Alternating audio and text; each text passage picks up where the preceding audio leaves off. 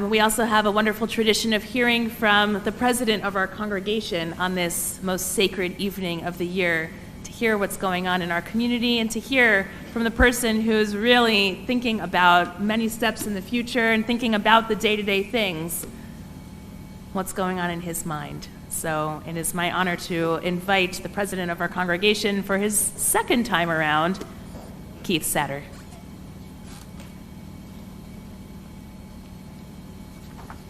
Thank you, Rabbi. Shana Tova.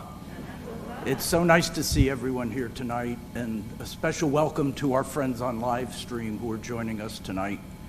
My mom, of blessed memory, always used to say, it never rains on the Jews, except, of course, when it rains on the Jews.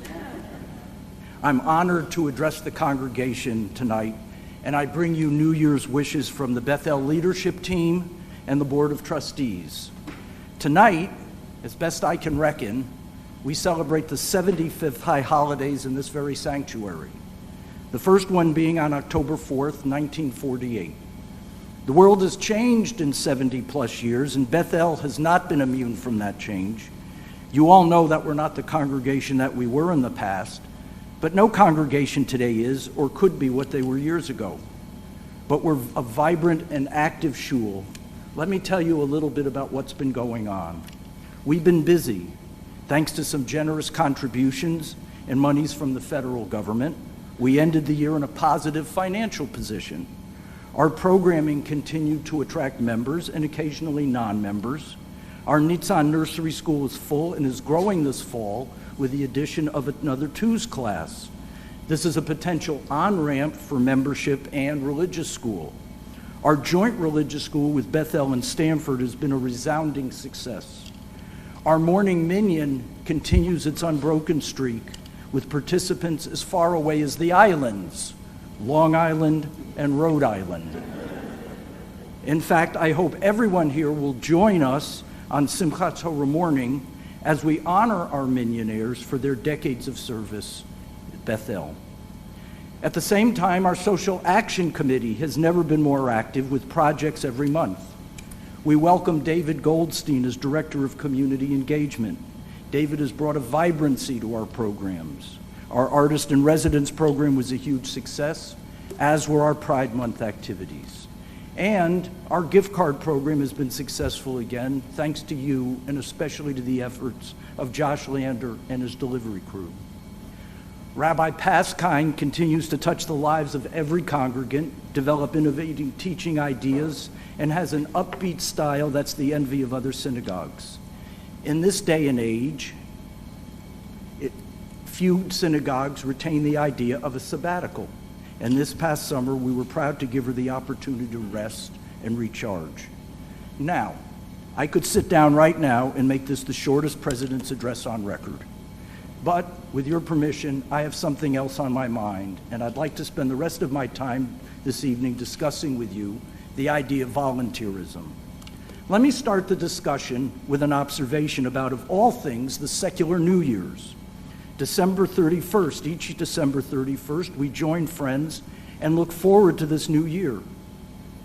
Some of us head to Times Square in person, but most of us are watching on television, waiting for the ball to drop and light up the number of the new year.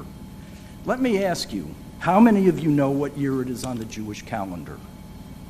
Our high holiday, oh, I see a few hands, good. I don't know if it's 5784, 83, anyway. Our high holidays are not so much forward-looking, though, as looking back over the past. In America, we celebrate the quantity of time, so we have to know what year it is. In Judaism, we celebrate the quality of time. Essentially, we're saying, how was last year? What would I do differently? How can I do better this year? In effect, starting tonight, we're asking God to give us each another year to improve on the last. But a year's a long time to contemplate. Maybe we need to think in smaller units. What's the old financial expression, worry about the pennies and the dollars take care of themselves? The same can be said of time. Worry about the minutes and the hours, and the days take care of themselves. Over Bethel's history, we've never had a large staff of professionals. The lion's share of the work has been done by our volunteers. and the same is true today. But I have to tell you, our volunteer corps needs replenishment. How important are our volunteers? While our professional staff is critical, our volunteers have been our bedrock. Consider this for a moment. Noah's Ark was built by volunteers. The Titanic was built by professionals.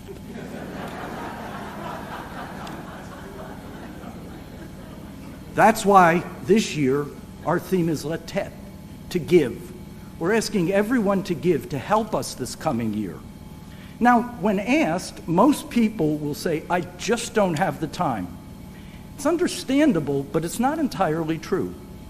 Tonight, I'm happy to announce that we joined the great mathematicians over the centuries to create a new time measurement. It's abbreviated TSW, or time spent waiting. It happens every day, multiple times a day. We spend time waiting in lines at Starbucks for our coffee. We spend time waiting in line at the grocery store, time waiting for things to come to a boil on the stove. We spend time waiting for a prescription to be filled, time waiting at the dealer for our car to be serviced. We wait for our kids to finish their after-school activities. Many of us wait in cars to pick them up at school. Think about your day, and I'm sure you can add to the list. We spend hours waiting, and now we can do something meaningful with the time, meaningful for Bethel. So, back to I don't have time. Take a minute and review a typical day, counting the TSWs, the time spent waiting.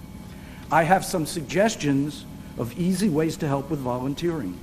If you can give just 5 minutes, just one TSW a week, you can reach out and call a housebound member of our shul and check in on them. If you can volunteer 3 TSWs a week, 15 minutes, we can give you a specified project to help ensure the success of our annual gala. If you can offer 4 TSWs 20 minutes, you could drop a gift card at a household near you and help our gift card program meet its annual fundraising goal. 5 TSWs a week, 25 minutes, could provide some needed hands for one of our social action programs. Lots of time just redirected in a meaningful way. Everyone received a card in the mail, and it might not have made perfect sense when you first read it. One part dealt with a high holiday appeal, and Steve Stein will speak to that tomorrow. But now that you know what a TSW is, please take a moment tonight and make your appeal pledge, and then fold the tab to give us an idea of how much time you could devote next year. Then bring the card with you tomorrow, or you can drop it off at the office after the holiday. If you have it with you tonight, you could hand it to Jody or one of our ushers on your way out. We'll get back to you with a task or tasks that need doing. Tomorrow morning, I've been given the great honor of chanting the Haftarah. It's from the prophet Isaiah. Studying it, I came across the following. Why, when we fasted, did you not see? When we starved our bodies, did you pay no heed? Because on your fast day, you see to your business. Simply stated, while fasting and davening have their place, God cares for TSWs and what our collective volunteering can accomplish. I want to close my remarks tonight by stating that we are a vibrant, exciting place to be, spending time, whether in prayer, learning, having fun, or just being with our community. Often, when I'm away, I visit other shuls. Everyone says they're warm and welcoming, but I have to tell you, it's simply not true. We at Bethel have written the book on warm and welcoming, and that's just the place I want to be. On behalf of Betsy and our entire family, I wish you the happiest of New Year's. May you be inscribed in the book of life for the coming year. Shana Tova.